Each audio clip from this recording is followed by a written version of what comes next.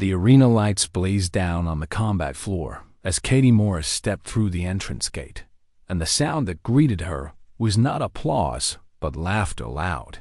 Mocking laughter that echoed from thousands of alien throats in the massive stadium above. She kept her face calm and her steps steady, even as the jeers continued and various species called out comments in languages she didn't understand. Though their tone made the meaning clear enough, they thought this was a joke. The arena itself was impressive, a circular platform, 50 meters across, with a smooth metallic surface that gleamed under the lights, and could supposedly adjust its friction and hardness based on the combatants' needs. Though Katie doubted they'd bother for her match, Katie stood at 5 feet 7 inches tall with a lean, athletic build that came from years of training. Her dark hair was pulled back tight, and her gray eyes scanned the arena with professional calm, taking in sightlines, distances, and the position of the medical stations around the perimeter across the arena. Her opponent made his entrance, and the crowd's reaction shifted instantly from mockery to cheers. Zarthok was a Krovan warrior, and he was impressive by any standard. 7 feet of scaled muscle and deep green, with powerful legs built for explosive movement and arms that looked like they could bend steel. His species was known throughout the galaxy as one of the premier warrior races, and they took pride in their combat prowess. They came from a heavy gravity world where only the strong survived, and their bodies showed generations of such harsh selections. Zarthok raised his arms to accept the crowd's adoration, and then he turned to look at Katie with eyes that held nothing but amusement. He said something in his own language that made the Krovan section of the crowd roar with laughter, and Katie didn't need a translation to understand the sentiment. Arena announcer's voice boomed across the stadium in Galactic Common, the trade language that most species used. Today's exhibition match features Zarthok, veteran of 147 arena victories, against Katie Morris of Earth, humanity's first representative in the combat trials. The crowd's laughter intensified at that, and Katie heard scattered comments in common. How long will this one last? And is Earth so desperate they send their weaklings? And I give her 30 seconds before she yields. An official floated down on an anti-gravity platform, a being that looked like a collection of crystals, arranged in a vaguely humanoid shape, and its translated voice explained the rules. This is a sanctioned, non-lethal combat match. First combatant to achieve incapacitation of their opponent wins. Excessive force beyond incapacitation will result in disqualification and criminal charges. Medical teams stand ready. Do both combatants understand? Katie nodded once. Clean and professional Zarthok waved a dismissive hand that clearly meant he'd done this many times before. You may begin when ready, the crystal official announced, before retreating to a safe distance above the arena floor. Zarthok walked to the center of the arena with lazy confidence and beckoned Katie forward with one clawed hand when she approached to fighting distance. He did something that made the crowd gasp in surprise. He spread his arms wide and left himself completely open. You have first strike, little human, he said in heavily accented but understandable common, and his voice carried to every corner of the arena through the sound system. Show me what Earth warriors can do, and I promise I will be gentle when I return your attack.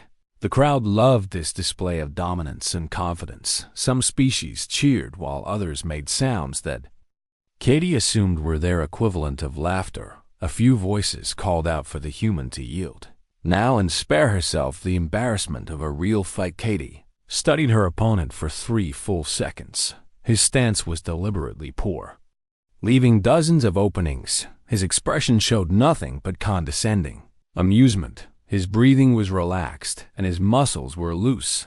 He genuinely believed this was no threat at all. She thought about her instructors back on Earth, and the lessons they drilled into her. Use what your opponent gives you. Never fight with ego. And always make the first strike count. Katie stepped forward into range and drove her right fist into Zarthok's midsection with proper form and full commitment.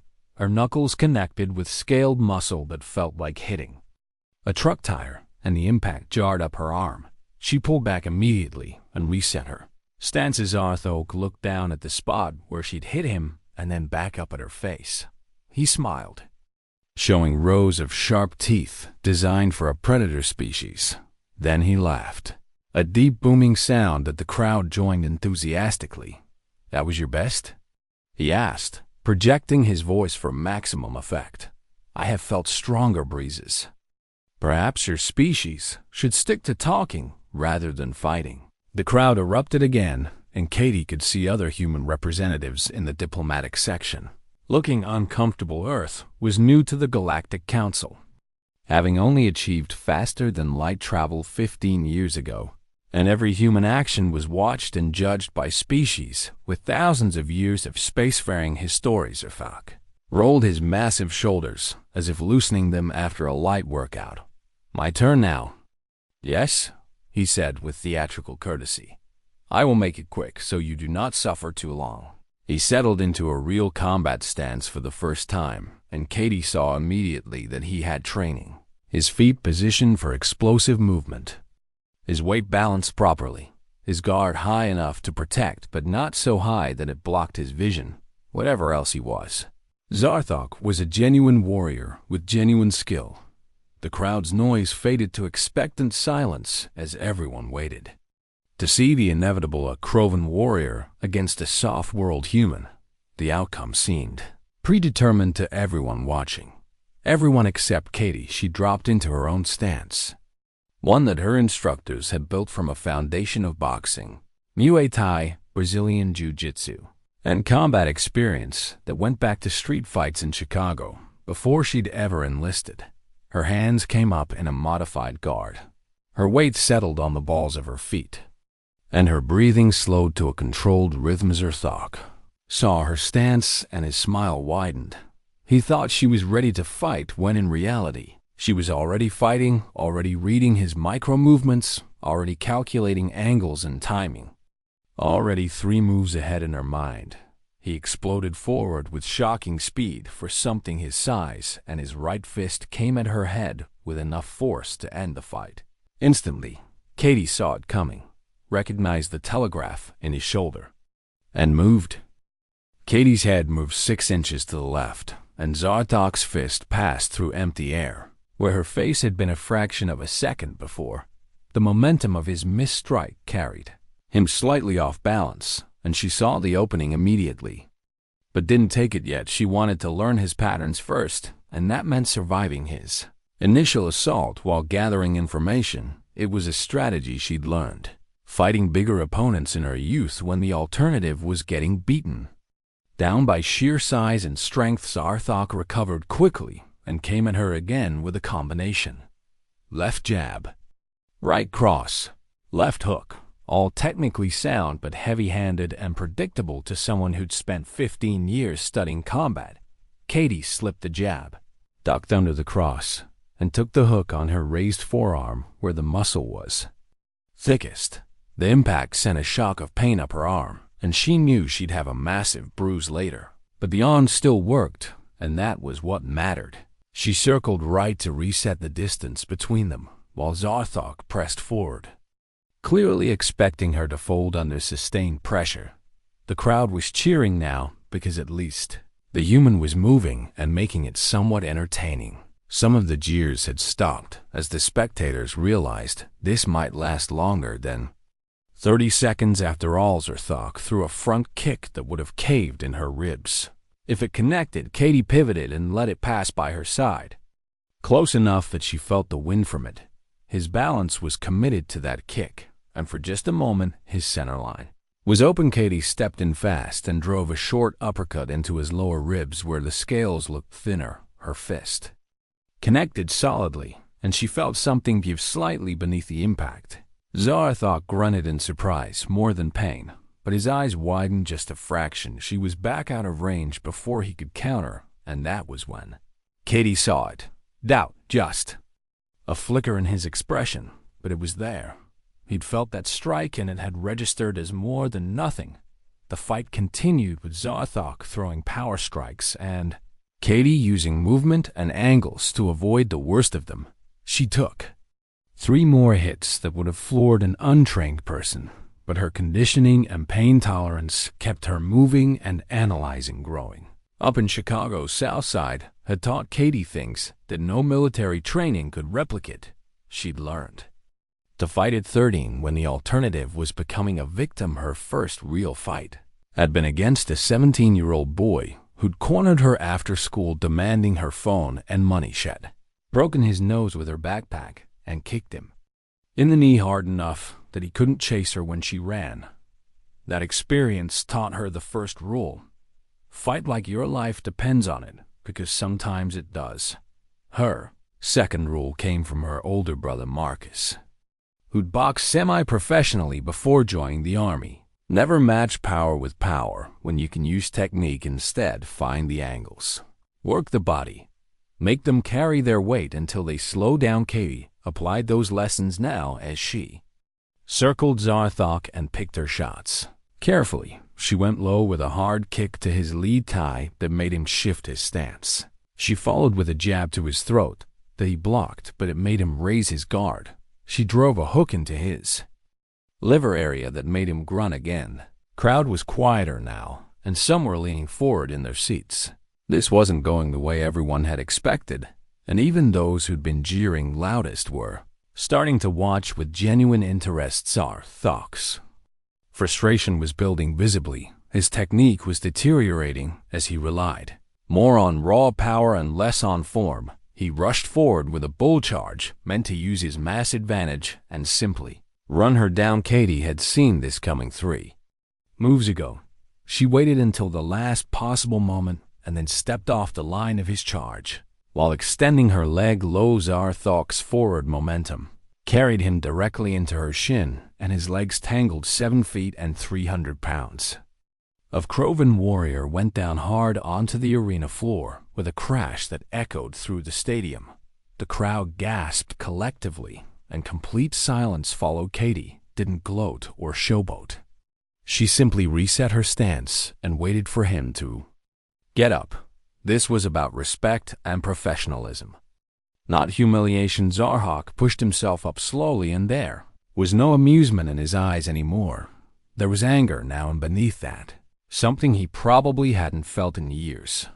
Uncertainty. He came at her again, but this time there was no technique at all, just rage-fueled strikes meant to crush and destroy. A wild overhand right that Katie ducked. A left hook she slipped. A knee strike she checked with her own leg. She saw the pattern now and understood his psychology. Zarthok had built his entire identity on being physically dominant, and when that dominance was challenged, he didn't know how to adapt. He only knew how to hit harder. Katie's counter strategy was the opposite. She'd learned from dozens of martial arts that all said the same thing in different ways. Use your opponent's force against them. Redirect rather than block. Strike when they're committed and can't defend. Zarthok threw a massive haymaker that would have taken her head off if it landed. Katie didn't try to block or dodge completely. Instead, she stepped into the strike inside his range where the punch had no power and drove her elbow up into his throat. The impact was precise and controlled. Not hard enough to crush his windpipe, but enough to close it temporarily. Zarthok's eyes went wide and he staggered back, one hand going to his throat reflexively. Katie didn't give him time to recover. She was already moving, already executing the combination she'd planned. Knee to his solar plexus to fold him forward, spinning back elbow to his temple as he came down. The elbow connected with a solid thunk that everyone in the front rows could hear. Zarthok's head snapped to the side and his legs wobbled. He tried to keep his balance, tried to raise his guard, tried to do anything except what happened next. His eyes rolled back slightly and his knees buckled. He swayed like a tree that had been cut at the base, but hadn't realized it yet. Then gravity took over and he went down. The arena was absolutely silent as 300 pounds of Krovan warrior collapsed to the floor in a heap. His chest rose and fell with breathing, so everyone could see he was alive. But his eyes were closed, and he wasn't moving. Otherwise, Katie stood over him in her fighting stance for 3 full seconds, making sure he wasn't getting back up. When she was satisfied the fight was over, she straightened and raised one hand to signal the official. The crystal being floated down quickly and examined. Zarthok with scanning equipment built into its form. After a moment, it announced in a shocked voice, "Zarthok is unconscious. Katie Morse of Earth is the winner." The silence held for another 2 heartbeats, and then the arena erupted.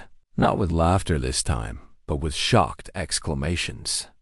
In a dozen languages, some of the crowd cheered, while others simply stared in disbelief at what they'd just witnessed. Katie Morse, human from a species barely 2 decades into space travel, had just knocked out a Krovan veteran warrior in single combat. She stood there breathing hard and knowing her body would hurt tomorrow, but feeling nothing except calm satisfaction. She'd proven what she'd come to prove, and done it without disrespecting her opponent or herself. Now the galaxy knew humans could fight. Medical teams rushed onto the arena floor.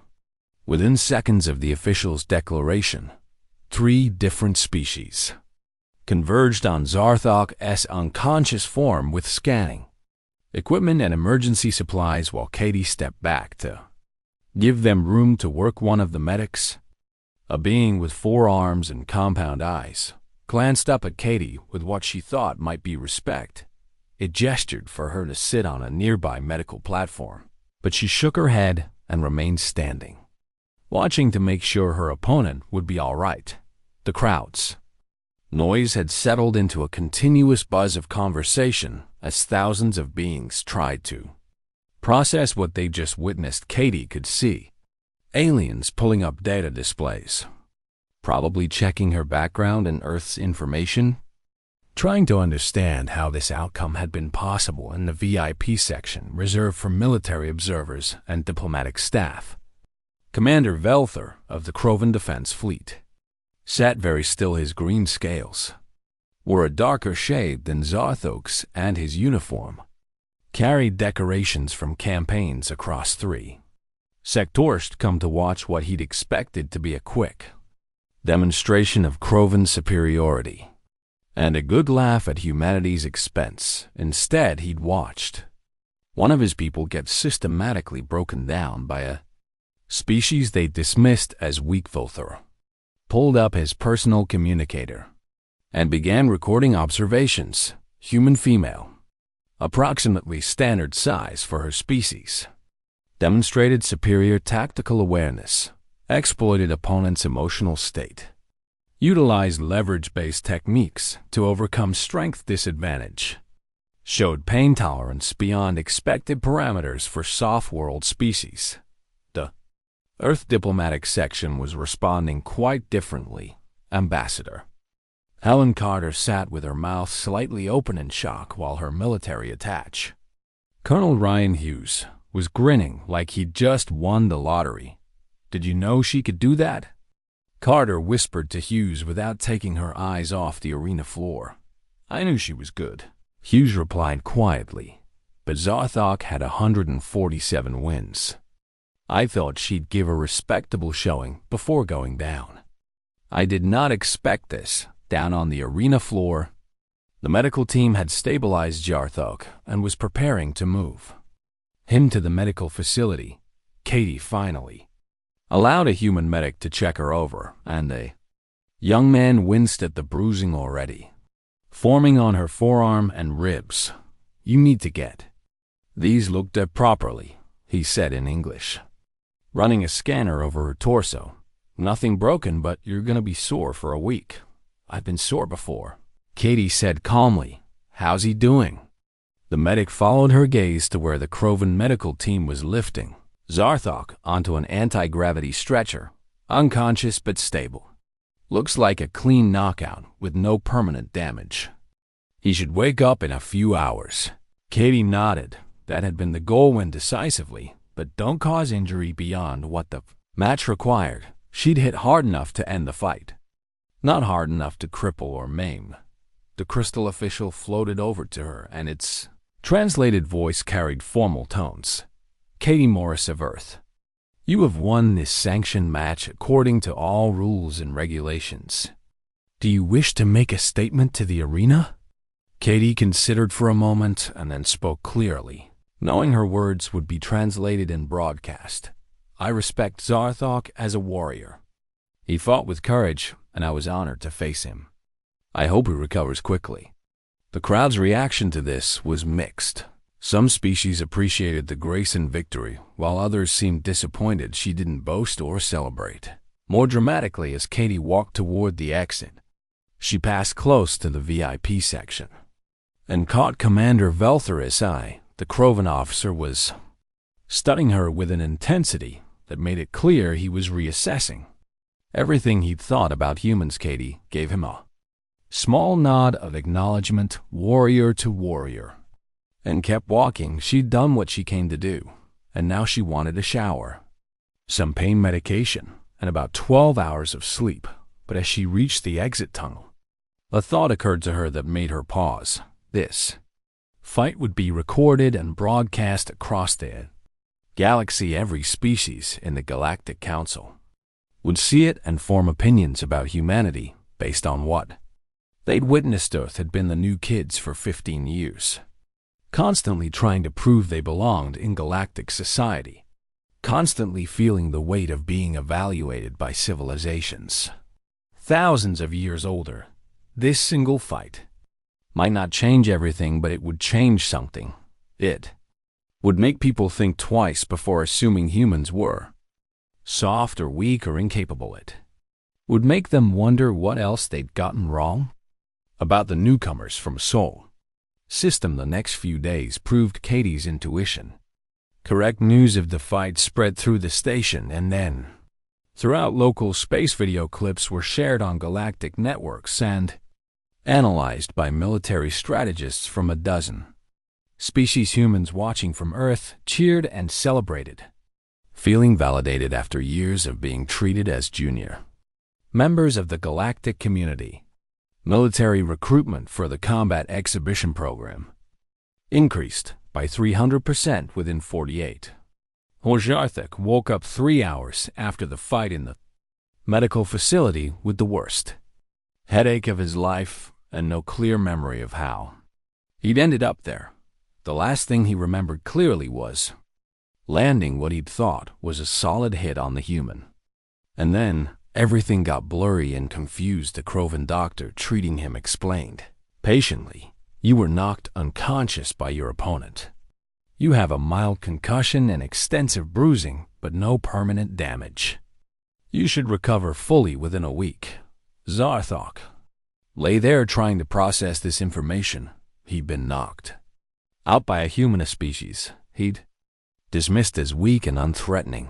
The shame burned hotter than any physical pain. Commander Velther visited him that evening and found the warrior staring at the ceiling with an expression of deep contemplation. "How do you feel?" the commander asked without preamble. "Like I was hit by a cargo shuttle." Zarthok replied honestly, "Commander, I underestimated her. I thought it would be easy, and I treated the match like a game." "That is obvious from the recording," Velther said bluntly, "but that is not why I am here. I need to understand what happened from your perspective. What did the human do that allowed her to win?" Zarthok thought carefully before answering. "She never stopped thinking. Every move I made, she was already planning her counter. I relied on strength and expected it to be enough. She used technique and strategy and made my strength irrelevant." Velther nodded slowly. "The Krovan people pride themselves on being warriors, but perhaps we have become complacent. Perhaps we assumed our physical advantages would always be enough. This human has demonstrated that assumption is false. I want a rematch," Zarthok said suddenly, "but not yet. First, I want to understand how she fights. I want to learn what makes human combat effective." The commander smiled. "Then you are thinking like a true warrior again." I have already requested information about human martial traditions, and the results are fascinating. Did you know that humans have developed hundreds of distinct fighting systems over their history? Zarthok's eyes widened. Hundreds. Why would one species need so many ways to fight? Because they spent most of their history fighting each other. Velther explained. Their planet has no dominant predator species, because humans became the apex through tool use and cooperation. But that left them fighting amongst themselves for resources and territory. They refined combat into an art form out of necessity. This information made Zarthok reassess everything he thought he knew. About humanity, they weren't weak. They were specialists in defeating stronger opponents because their own history had forced them to develop those skills. I need to speak with Katie Morris, Zarthok said firmly. I need to understand. Katie arrived at the medical facility the next morning carrying a container of fruit from the station's Earth section. She'd been taught that visiting wounded opponents was good sportsmanship, and she intended to maintain that standard even in space. The Krovan doctor on duty looked surprised to see her but directed her to Zarthok's room without objection. Katie found him sitting up in bed, looking much better than she'd expected, though the bruising on his jaw was spectacular. I brought fruit, she said simply, holding up the container. I didn't know what Krovan eat, so I figured something neutral. Zarthok stared at her for a long moment, and then made a gesture that she interpreted as invitation to sit. You came to check on me?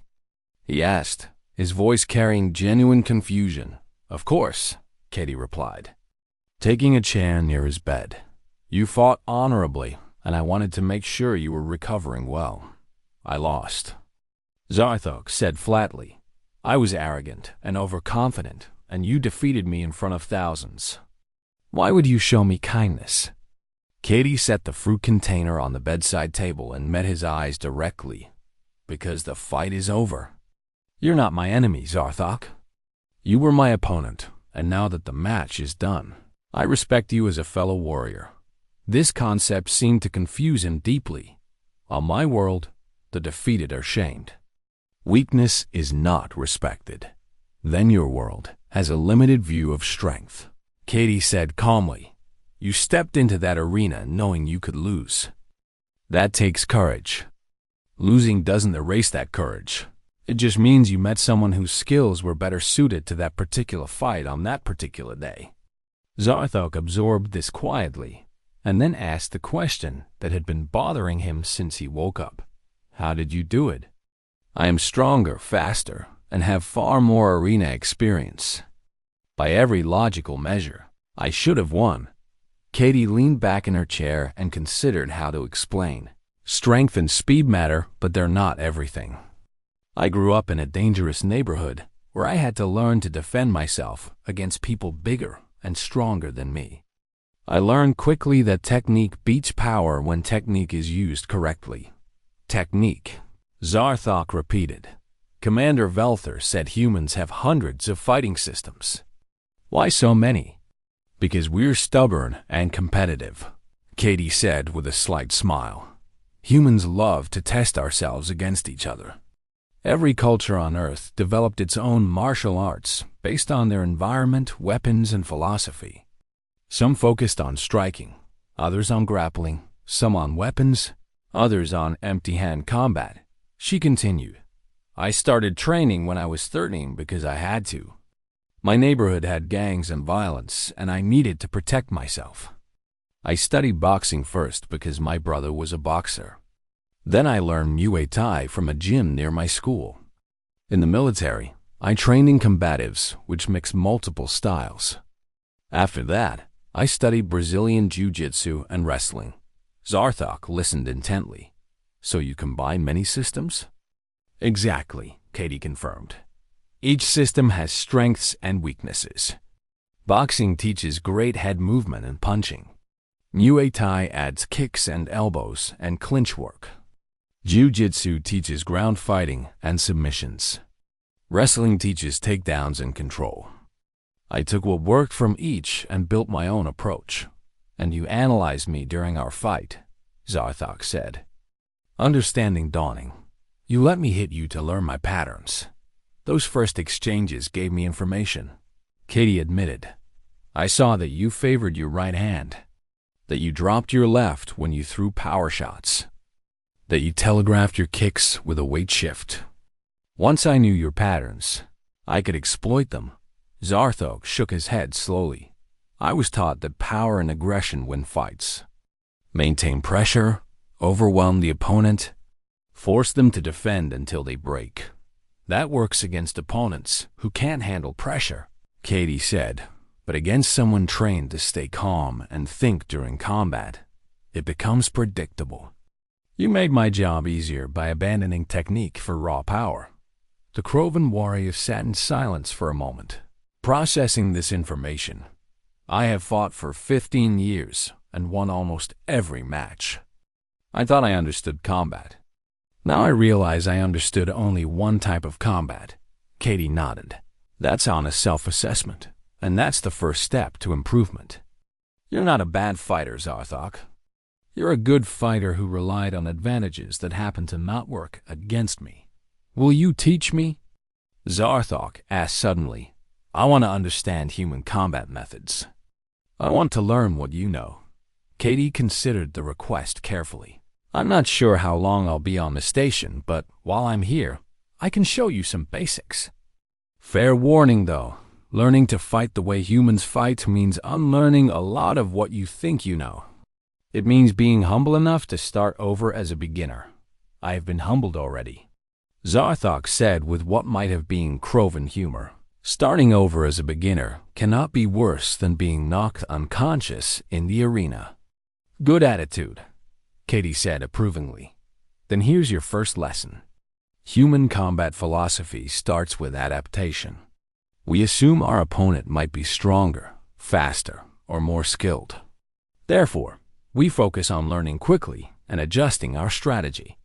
We turn our opponent's advantages into disadvantages, she continued. Earth has no single dominant predator because humans learn to adapt to any environment. We survived in deserts, tundra, jungles, and mountains. We learned to eat anything, live anywhere, and outsmart everything. That adaptability became our greatest strength. Zarthok absorbed this information like a student hearing revolutionary concepts for the first time. Krovan philosophy teaches that strength is supreme. We believe the strongest should lead and the weak should follow. That works until you meet someone who's figured out how to beat strength. Katie pointed out, humans learned that lesson thousands of years ago. Our history is full of smaller armies defeating larger ones, weaker fighters beating stronger ones. All through superior strategy and technique. Give me an example. Zarthok requested. Katie thought for a moment. About 2,500 years ago on Earth, there was a battle called Thermopylae. 300 human warriors held a narrow pass against an army of maybe 100,000 enemies for 3 days. They used terrain, technique, and tactics to make their enemies' numbers irrelevant. They eventually lost, but they inflicted massive casualties and delayed the invasion, long enough for their allies to prepare. Zarthok's eyes widened. 300 against 100,000? Give or take, Katie confirmed. It's become legendary on Earth because it demonstrates a principle we value. Smart preparation and good tactics can overcome seemingly impossible odds. The Krovan warrior leaned forward, ignoring the pain from his bruises. I want to learn this. I want to understand how humans think about combat. When can we start training? Katie smiled. Let's wait until you're medically cleared. Then we'll start with basics. I'll teach you how to see openings, how to read opponents, and how to make decisions faster than your enemy can react. Thank you, Zarthok said formally. You defeated me, but you treat me with respect and offer to make me stronger. This is unusual behavior. Not for humans, Katie replied. We believe in helping each other improve. Competition makes us better, but it shouldn't make us enemies. I beat you fair and square, but that doesn't mean I want to see you stay beaten. I'd rather see you learn and come back stronger. She stood to leave. Rest up and heal. I'll check in tomorrow, and we can discuss training schedules. As Katie walked out of the medical facility, she didn't realize that her conversation with Zarthok had been observed through the room's monitoring system by Commander Velfer, who was now more convinced than ever that humanity deserved serious study and respect. Within a week, the recording of Katie's fight had spread to every corner of the Galactic Council's territory, and the reactions varied wildly across different species and cultures. The Krovan High Command held emergency meetings to discuss the implications if one human could defeat their veteran warriors. What did that say about their military assessments of Earth? Commander Velther submitted a comprehensive report recommending immediate diplomatic and military cooperation with humanity. Byzantari, a species of peaceful traders, began requesting human security personnel for their merchant vessels after seeing Katie's demonstration of controlled aggression. They'd been plagued by pirates for years and were impressed by humanity's apparent combat efficiencies. The Rexian Federation, known for their own warrior culture, sent formal challenges requesting matches with additional human fighters. They approached it as respectful competition between martial societies rather than the mockery that had preceded Katie's original match on Earth. Katie Morris became an overnight celebrity. News organizations wanted interviews. Military branches wanted her for recruitment campaigns.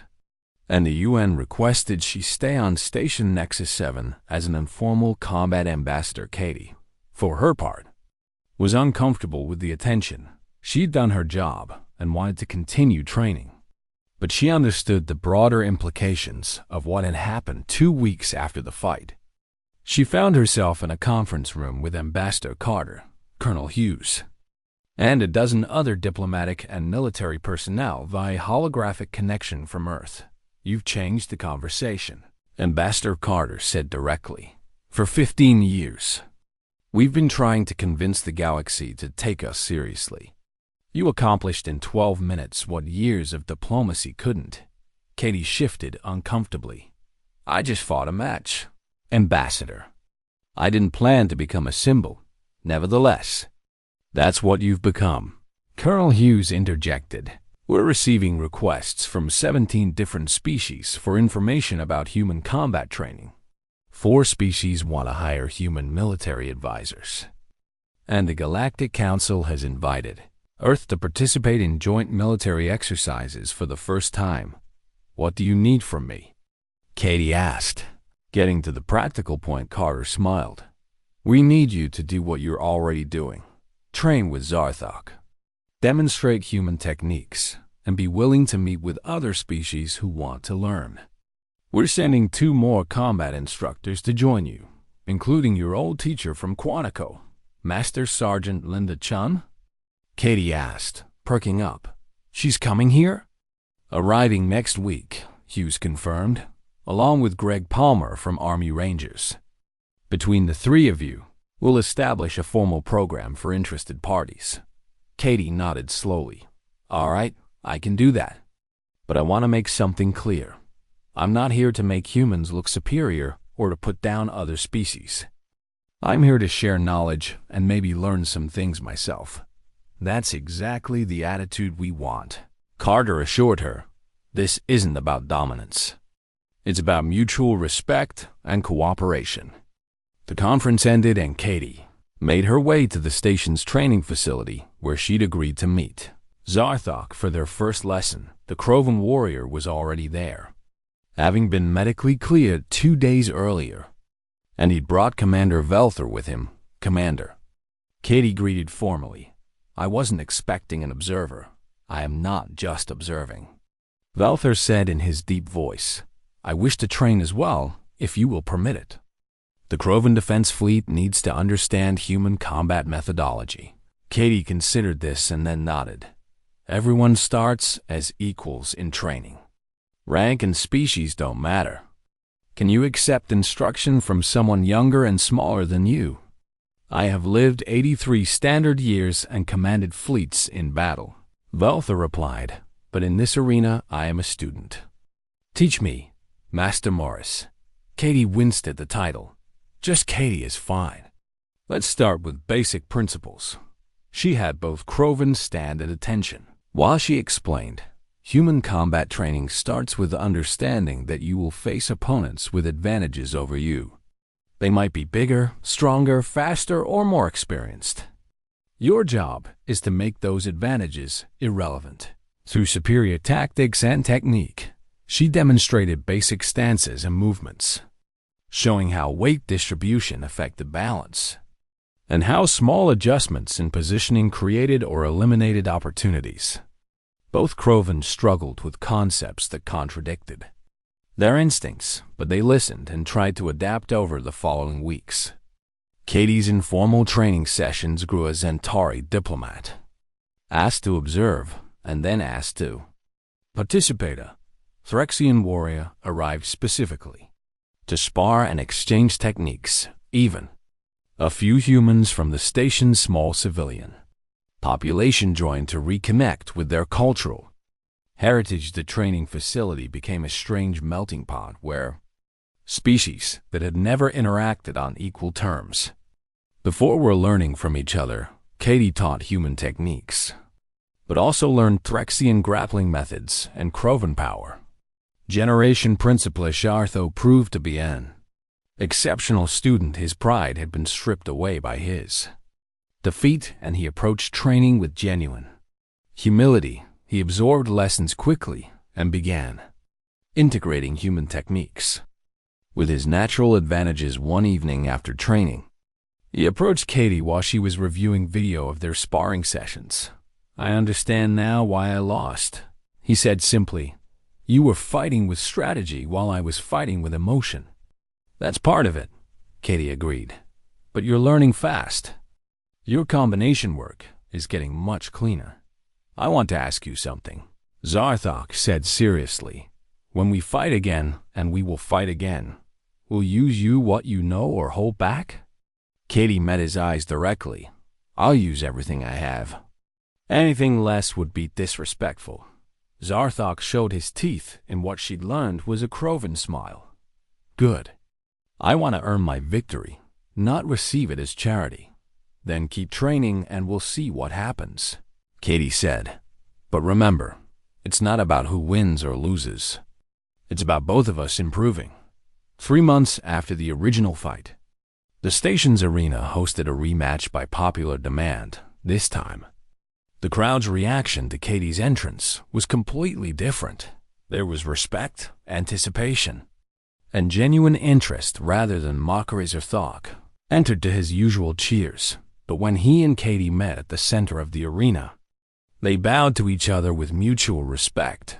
The fight that followed was technical, controlled, and much closer than their first encounter. Katie won again, but only by a narrow margin, and Zarthok's improvement was obvious to everyone watching. More importantly, both fighters left the arena as colleagues rather than as victor and defeated. Cultural impact continued to spread. Human martial arts became fashionable among young aliens who saw them as exotic and effective. Earth opened several cultural centers across the galaxy that included combat training facilities. The Galactic Council formally recognized humanity's military capabilities and invited Earth to contribute to peacekeeping forces. 6 months after that first fight, Katie stood in the same training facility, conducting a class of 30 students from 8 different species. They were learning a drill that combined human footwork, Threxian grappling, and Croven power generation. Commander Veltha watched from the observation deck with Ambassador Carter. Your species has changed the galaxy's perspective on combat, he said thoughtfully. We thought we understood warfare, but humans showed us we were missing key concepts. What concepts? Carter asked. Adaptability, continuous learning, and the idea that limitations can become strengths. Veltha replied. Humans evolved these traits out of necessity, and they serve you well. The rest of us are learning from your example. Down on the training floor, Katie called out corrections and encouragement to her diverse class. She'd never imagined that one fight would lead to this. Genuine cultural exchange and mutual respect between species as she watched a Krovan warrior patiently helping a smaller Centauri with their stance. She thought about how far things had come. The galaxy had stopped dismissing humanity as weak and started recognizing them as equals and teachers. The title of Death Worlder was still used sometimes, but now it carried respect rather than derision. Humans weren't the strongest species or the fastest or the most technologically advanced, but they were survivors, adapters, and warriors who'd earned their place through determination and skill. Katie Morris had set out to represent her species in a simple combat match instead. She'd opened a door to understanding that would influence galactic culture for generations, and all because she'd remembered the most fundamental human trait: never give up, never back down, and always find a way to win.